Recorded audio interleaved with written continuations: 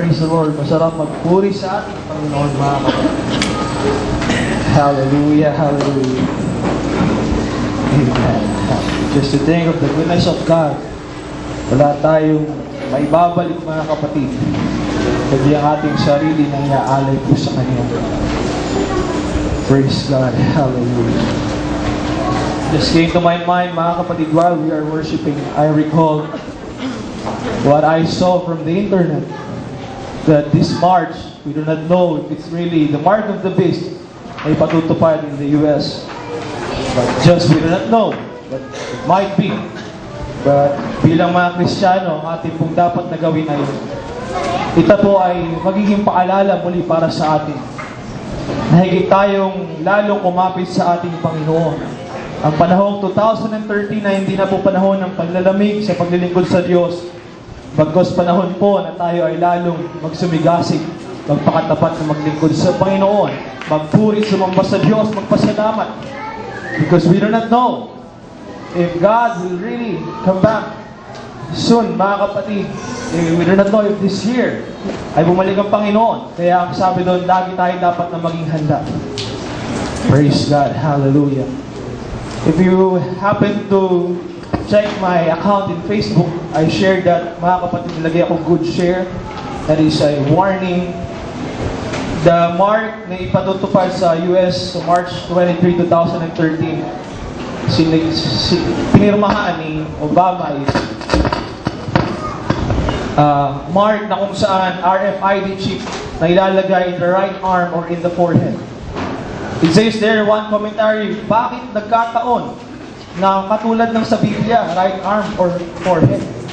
Aksidente ba kaya yun? Pwede. Bakit connected sa mga bank account ng mga citizen ng US?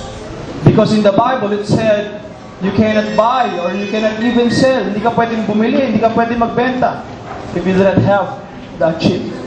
So, hindi natin alam kung ito man yun or hindi. But isa pong paalala, kung hindi man, okay lang. At least naglilipid tayo ng matapat sa Panginoon, hindi tayo mawawalan. Pero kung ito na yun, mga kapatid, I'm telling every one of us, even myself, ito po ang panahon na tayo po'y magpakatapat na maglingkod sa Diyos. Amen. Mas lalo tayong maglingkod sa Diyos, sumamba. Sa panahon ng pagsamba, tayo dapat ay nasa sambahan, mga kapatid. At sa panahon ng pagpupuri, dapat tayo ay nagpupuri. Pag dumating ang Panginoong Diyos, pagdating sa langit, mga kapatid, wala tayo bang gagawin doon, kundi magpuri sa ating dakilang Diyos. Palakpakan natin ang ating Panginoon. Praise God. Hallelujah. Amen. And I thank the Lord for that reminder that just came in my mind while I'm playing drums, mga kapatid. At buntik na ako maiyak sapagkat naalala ko, kung magbalik man ang Panginoon ngayong taon, sana ay makasama rin ako, mga kapatid. Nawa, ganun din po ang desire ni Bawat isa sa atin. Let us now move on with our thanksgiving at pagpupuri sa Panginoon by means of giving our tithes and offering, as we're going to call it. Para ang ating mga ushers na kumuha ng ating tithes and offering, we are giving to the Lord what belongs to Him. The tithes, which is 10%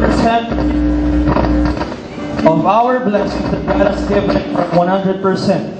Mga kapatid, 10% po ay para sa Kanya. I tell you, church, kung magbabalik man ng Panginoon ngayon, as sinasabi ng Biblia, isa sa pamantayan ng Diyos ng katapatan ay ang pagbibigay ng para sa Diyos. Kaya ito ang panahon na tayo po ay magpakatapat sa ating Panginoon sa lahat ng aspeto, maging sa pagbibigay. Amen. Also, I'd like to announce, if you have your envelopes with you, our Love You for Jesus, you can also put it in our offering bags. So while we are singing, awitan ng isang masiglang awit, mapalad ang tao sa Diyos ay nagbibigay. Let's claim the blessings of the Lord upon obeying His words. Hallelujah. Claim the blessings of God. Mapalad ang tao sa